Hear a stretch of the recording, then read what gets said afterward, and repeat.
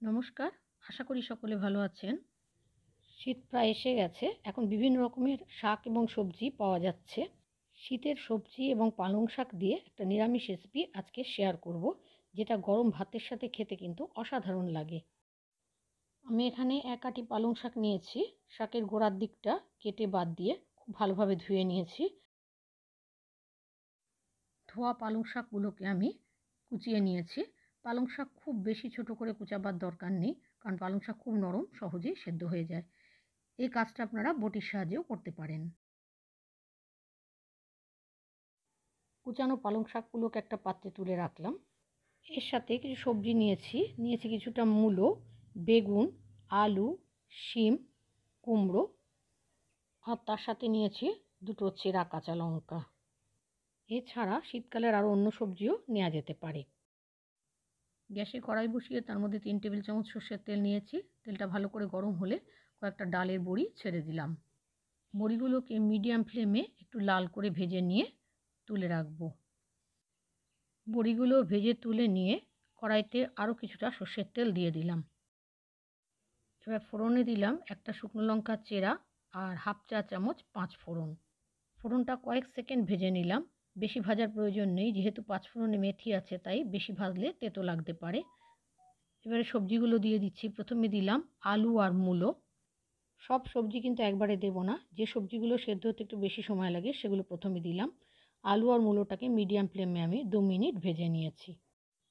আলু আর মূলোটাকে 2 মিনিট ভেজে নেওয়ার পর দিয়ে দিলাম কেটে রাখা কুমড়ো, শিম আর বেগুন। তার সাথে দিলাম 1/4 চা চামচ হলুদ গুঁড়ো আর হাফ চা চামচ লবণ।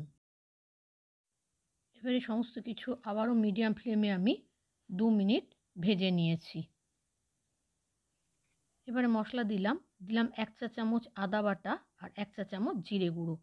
আদা বাটা আর জিরে গুঁড়ো দিয়ে সবজিগুলোকে আমি বেশ খানিকক্ষণ কষিয়ে নিয়েছি।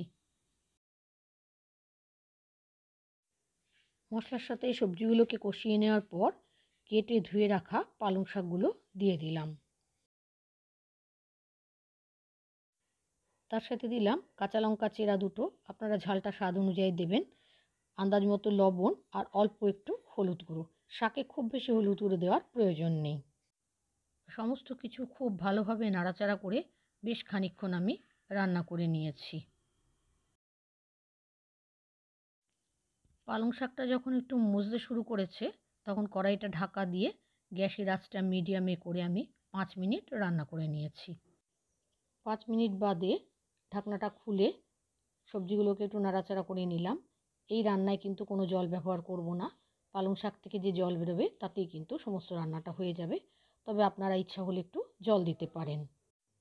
কিছুক্ষণ নাড়াচাড়া করে কড়াইটা আবার ঢাকা দিয়ে আমি আরও 5 মিনিট রান্না করে নিয়েছি। এবার 5 মিনিট বাদে কড়াইয়ের ঢাকনাটা খুলে এবার যে ডালের বড়িগুলো ভেজে রেখেছিলাম সেগুলো দিয়ে দিলাম। কিছু বড়ি আমি ভেঙে দিয়েছি, কিছু বড়ি আমি আস্ত রেখেছি। আরও 1 মিনিট নাড়াচাড়া করে নিলাম। এরপর দেখে নিতে হবে সবজিগুলো সেদ্ধ হয়েছে কিনা।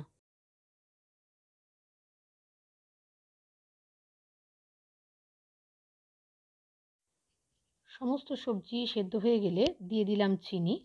আমি যেহেতু শাকে একটু মিষ্টি বেশি খাই, সেজন্য 1.5 চা চামচ চিনি দিলাম। আপনারা আপনাদের আন্দাজ মতো দেবেন। চিনিটা একটু মিশিয়ে নিয়ে কিছুক্ষণ রান্না করে নিয়েছি। শীতের সবজি দিয়ে পালং শাকের রেসিপি আমার তৈরি হয়ে গেছে। গ্যাসটা বন্ধ করে কড়াইটা ঢাকা দিয়ে আমি 10 মিনিট রেখে দিয়েছি। 10 মিনিট বাদে আমি সার্ভ করে দিচ্ছি। শীতের সবজি দিয়ে পালং শাক এইভাবে রান্না করে একবার দেখতে পারেন। আশা করি আপনাদের ভালো লাগবে। আমার আজকের এই পালং শাকের রেসিপি যদি ভালো লেগে থাকে তাহলে একটা লাইক দেবেন, শেয়ার করবেন আর কমেন্ট করে জানাবেন। যদি ফেসবুক থেকে দেখেন তাহলে আমার পেজটা ফলো করার, আর যদি ইউটিউব থেকে দেখেন তাহলে আমার চ্যানেলটা সাবস্ক্রাইব করার অনুরোধ রইল। আজ তাহলে এখানে শেষ করছি। আবার আসবো অন্য কোনো রেসিপি নিয়ে। ততক্ষণের জন্য সকলে ভালো থাকবেন, সুস্থ থাকবেন। ধন্যবাদ।